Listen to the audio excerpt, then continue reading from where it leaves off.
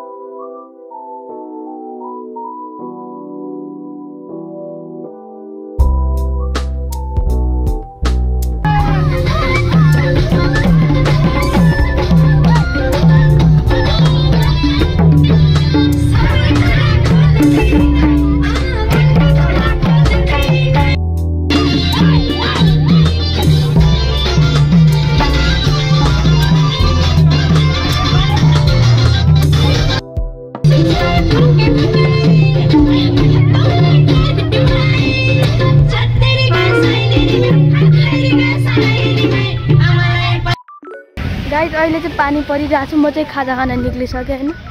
यता खाजा खाने ठाउँ चाहिँ खाजा खाएर बसमा फेरि मिल्छ है त। गाइस यो चाहिँ खाजा खाने ठाउँ है।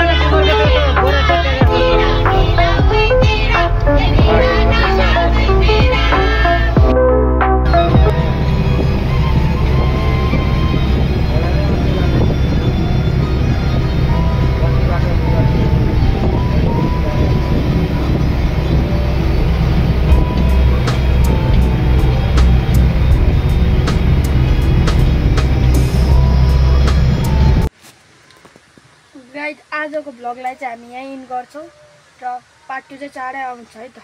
पार्ट 2 हेर्न चाहिँ मिस नगर्नु है त।